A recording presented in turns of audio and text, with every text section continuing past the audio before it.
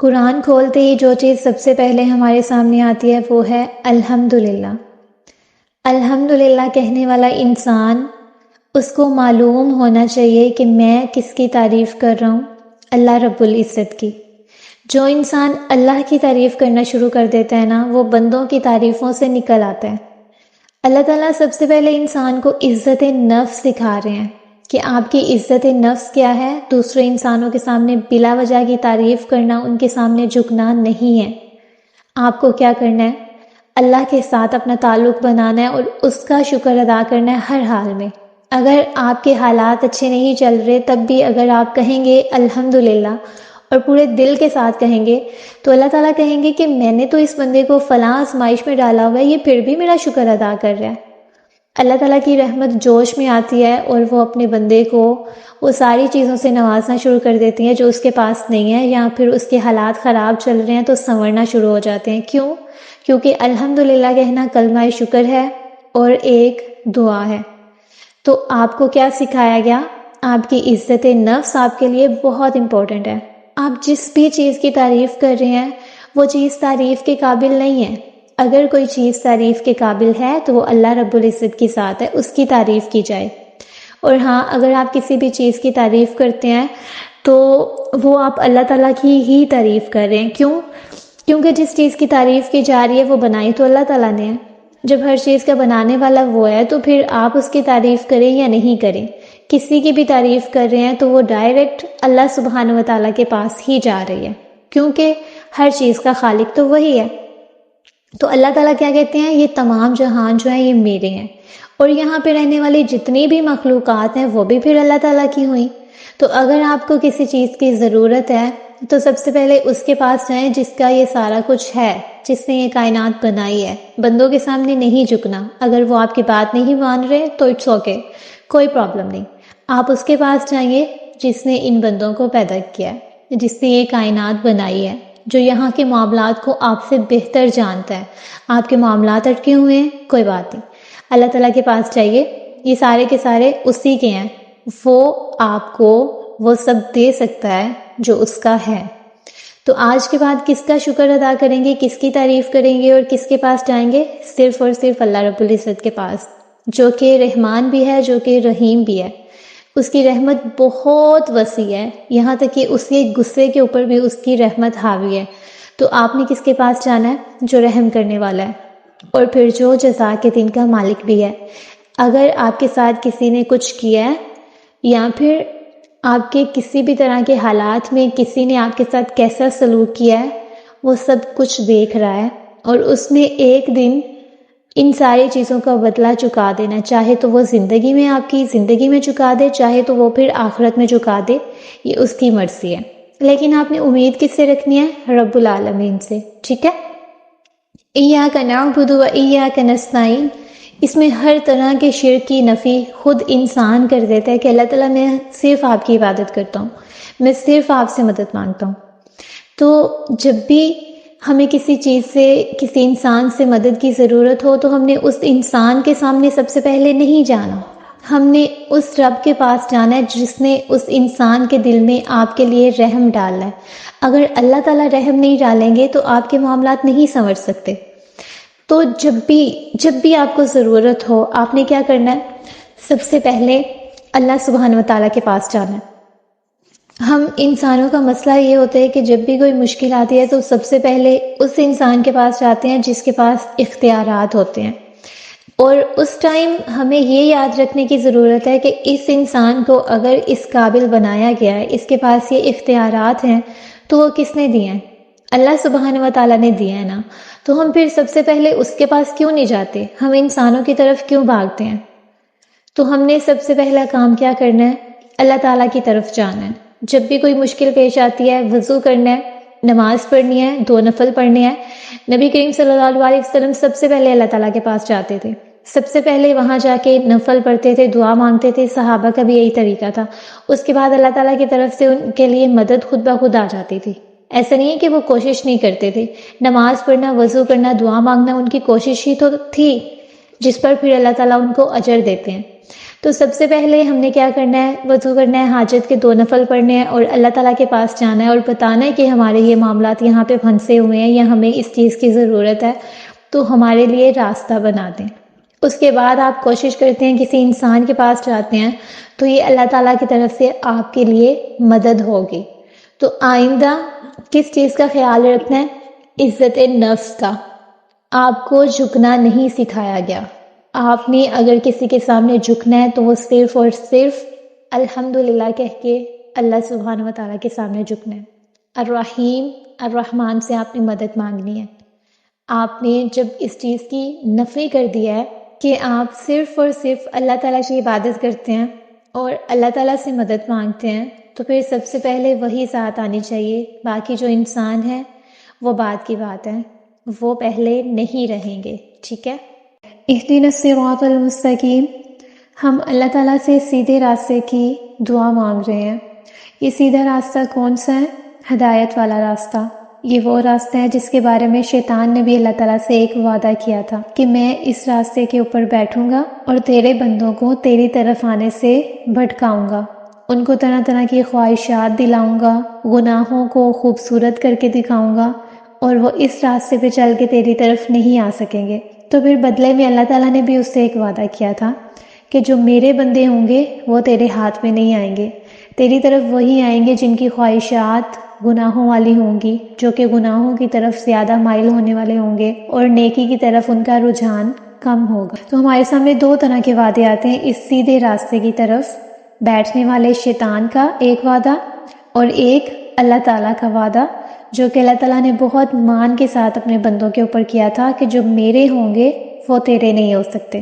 تو ہمیں چوز کرنا ہے کہ ہمیں کس میں ہونا ہے شامل۔ ہم کہتے ہیں کہ یہ فلاں گناہ ہو گیا، شیطان نے کروا دیا۔ نہیں، شیطان نہیں کرواتا، شیطان کرواتا ہے لیکن وہ کسی کا ہاتھ پکڑ کے کچھ نہیں کروا سکتا۔ وہ صرف ایک وسوسہ ڈال سکتا ہے، ایک خیال دل میں لا سکتا ہے، اس کے علاوہ اس کا کوئی زور نہیں چلتا۔ اب اس خیال کو ہمارا نفس لے لیتا ہے اور اس پر عمل کرتا ہے۔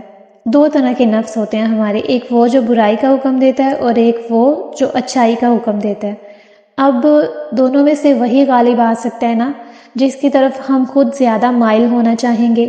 دیکھیں، کوئی بھی انسان ہمیں مشورہ دے سکتا ہے، اب اس پر عمل کرنا ہمارا کام ہے۔ بالکل اسی طرح شیطان ہمارے دل میں خیال لا سکتا ہے لیکن اس کے اوپر عمل کرنا ہمارا کام ہے۔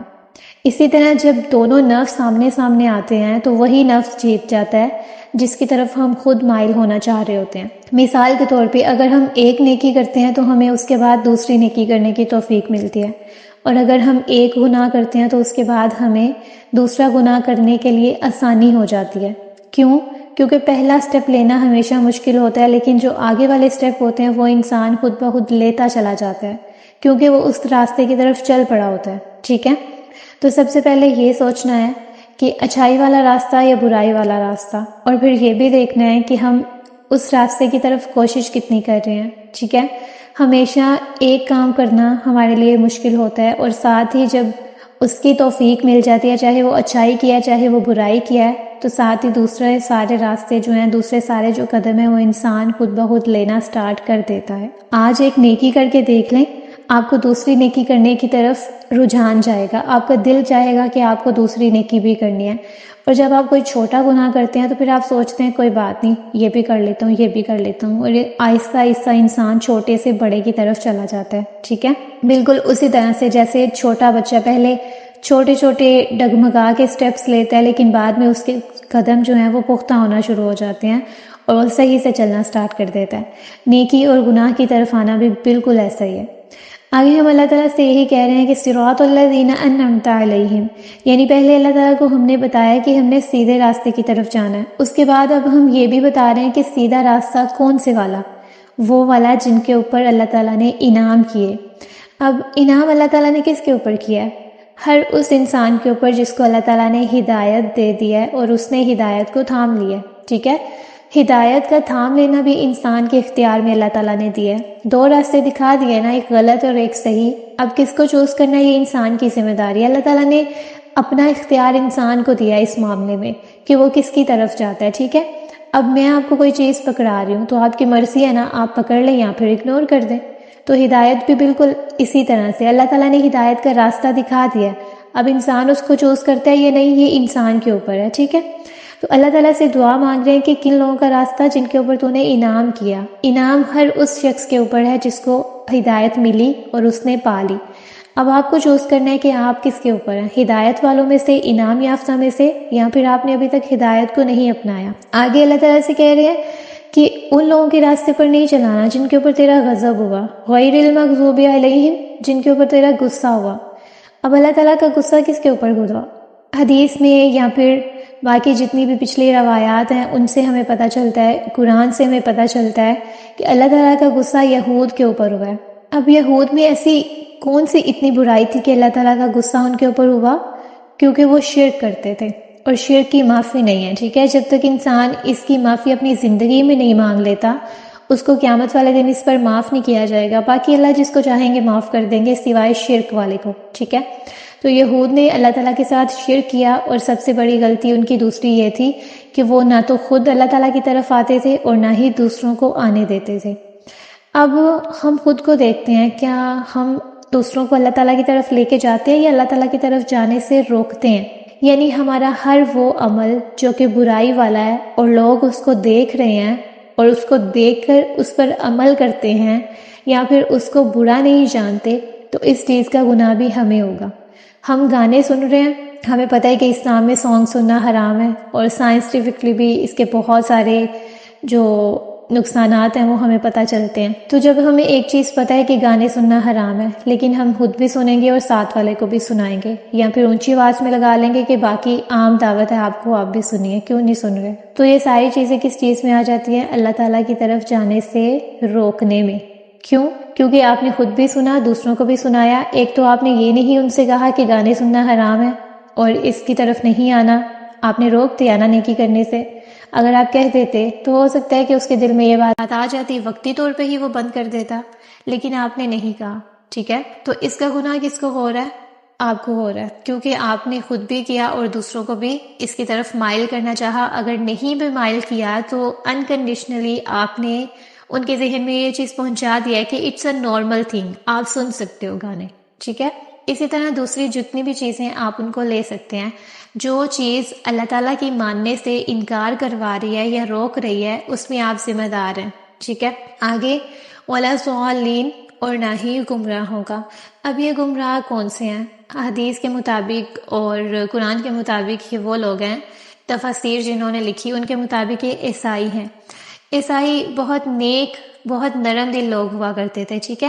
آج کے دور میں بھی ایسا ہی ہوگا، کیونکہ ان کے بارے میں نرمی کے ساتھ یہ معاملہ کیا گیا، اور انہوں نے پھر دیکھا دیکھی اپنی روایات کو بدلا، اپنے دین کو بدلا۔ یہ یہود سے متاثر ہو گئے، دوسرے کلچر سے، لوگوں کے دوسرے جو کلچر تھے ان سے متاثر ہو کے انہوں نے بھی دیکھا دیکھی اللہ تعالیٰ کے ساتھ شرک کرنا شروع کر دیا۔ یعنی یہودیوں نے عزیر علیہ السلام کو، جو اللہ تعالیٰ کے پیغمبر تھے، ان کو اللہ تعالیٰ کا بیٹا بنایا، تو انہوں نے بھی دیکھا دیکھی عیسیٰ علیہ السلام کو اللہ تعالیٰ کا بیٹا بنا دیا۔ تو انہوں نے دیکھا دیکھی کام کیا۔ اب آپ دیکھیے کہ ان کا ذکر قرآن میں یہود کے ساتھ آ رہا ہے صرف اس وجہ سے کہ انہوں نے ان کی پیروی کی، ان کو دیکھا دیکھی اپنا لیا۔ تو جب بھی ہم کسی چیز کو، برائی کو دیکھا دیکھی اپنانا شروع کرتے ہیں، کوئی ایک چیز کے پیچھے لگ رہا ہے، ہم اس کی تحقیق نہیں کرتے، ٹھیک ہے۔ جس کی طرف ہم دیکھتے ہیں کہ میجورٹی ہے، وہاں پر اتھارٹی ہے، میجورٹی از اتھارٹی۔ یہ دنیا کا قانون ہے، لیکن دین کا قانون ایسا نہیں ہے۔ ہمیشہ حق کی طرف کم لوگ ہوتے ہیں اور جو برائی کی طرف ہوتے ہیں وہ زیادہ تعداد ہوتی ہے، ٹھیک ہے۔ قرآن بھی اسی چیز کے اوپر ہے کہ ہمیشہ اس طرف زیادہ لوگ ہوتے ہیں جہاں پہ حق نہیں ہوتا۔ کیوں؟ کیونکہ نیکی کی طرف جانا اٹریکشن کا باعث کم بنتا ہے اور گناہ کی طرف جانا زیادہ بنتا ہے، اور یہ انسان کی آزمائش ہے۔ ہم اپنے روزمرہ کے معاملات میں دین کے علاوہ بھی بہت ساری ایسی چیزیں کرتے ہیں جو کہ ہمارے بڑے کرتے آ رہے ہیں۔ اگر ہمارے خاندان کی کوئی روایت ہے نا، تو اس پر کوئی بات کرتا ہے تو ہم کہیں گے نہیں، میرے بڑوں نے یہ کام کیا تھا اور یہ ہماری روایت ہے، ہم اسی کو لے کے چلیں گے۔ تو انسان کی سب سے بڑی غلطی یہ ہے، اور سب سے بڑی کمزوری بھی یہی ہے کہ وہ اپنے بڑوں کو، ان کو اتنا احترام دے دیتا ہے، ان کی اتنی عزت کرتا ہے کہ ان کے غلط معاملات کو بھی روایت سمجھ کے چل رہا ہوتا ہے اور اس کے خلاف کھڑا نہیں ہوتا۔ ٹھیک ہے؟ تو اس طرح کا احترام جو کہ آپ کو غلط روایات کی طرف لے کے جائے، یہ آپ کو گناہ کا باعث بناتا ہے۔ اب فرض کریں آپ ہیں، آپ کی آنے والی جو نسلیں ہیں وہ آپ کو دیکھیں گی، ان کے لیے روایت آپ کا عمل ہوگا، جس طرح آپ کے لیے روایت اور عمل جو ہے وہ آپ کے بڑوں کا ہے، ٹھیک ہے، اور آپ اس کو لے کے چلنا چاہتے ہیں۔ اب آنے والی نسلیں آپ کے اوپر ہوں گی، آپ کے عمل کے اوپر ہوں گی۔ اگر آج آپ نے اپنے دنیاوی معاملات میں اور دینوی معاملات میں روایات کو نہیں توڑا اور ان چیزوں کو فالو کیا جن کی اسلام میں کوئی اصل حقیقت ہے ہی نہیں، محض آپ اپنے بڑوں کا عمل لے کے چل رہے ہیں، تو کل قیامت والے دن وہ لوگ آپ کے اس عمل سے بری الذمہ ہوں گے۔ وہ کہیں گے کہ ان کے پاس بھی عقل تھی، ہم نے ان کو ہاتھ پکڑ کے یا ہم نے ان کو جا کے کچھ نہیں دکھایا تھا، ہم تو مر کھپ گئے تھے۔ جو بھی کیا انہوں نے کیا، ان کی سزا ان کو ملنی چاہیے، ہمارا ان سے کوئی لینا دینا نہیں ہے۔ جس دن انبیاء ایک دوسرے کو بچا رہے ہوں گے، اللہ تعالیٰ کے غضب سے خوفناک ہوں گے، اس دن آپ کے بڑے آپ کو بالکل نہیں بچائیں گے۔ تو اگر آپ چاہتے ہیں کہ آپ صراط المستقیم پہ چلیں، تو پھر آپ کے لیے یہی ایک راستہ ہے کہ خود تحقیق کریں اور خود سے دین کو جاننا شروع کریں، اسٹڈی کرنا سٹارٹ کریں، اور دوسروں کی باتوں میں بالکل بھی نہیں آئیں، کیونکہ جو دوسروں کی طرف دیکھتا ہے، دوسروں کی دیکھا دیکھی عمل کرتا ہے، وہ ضالین میں وہ شمار ہو جاتا ہے۔ تو آپ نے ضالین میں شمار نہیں ہونا، آپ نے خود تحقیق کرنی ہے، روایات کو پیچھے ڈال دیجیے، کیونکہ قرآن ہمیں کیا بتاتا ہے کہ اکثریت نے کفر کیا تھا صرف اس وجہ سے کہ انہوں نے کہا کہ ہمارے بڑے یہ کام کرتے تھے اس لیے ہم بھی کرتے ہیں۔ یعنی آپ کے پاس کوئی عقل نہیں ہے، آپ کو اللہ تعالیٰ نے کوئی سمجھ بوجھ نہیں دی کہ آپ پچھلوں کو دیکھ کے چلیں گے اور جو بھی احکامات ہیں ان کی تصدیق نہیں کریں گے۔ تو آئندہ اپنی زندگی میں یہ اصول شامل کر لیجئے کہ آپ نے دین کے معاملے میں یا دنیا کے معاملے میں خود تحقیق کرنی ہے، خود تحقیق کرنی ہے، اور آپ کی آنے والی نسلوں کو آپ نے ایک صحیح راستہ دکھانا ہے، وہ راستہ جو کہ قرآن و سنت سے ثابت ہوگا انشاءاللہ۔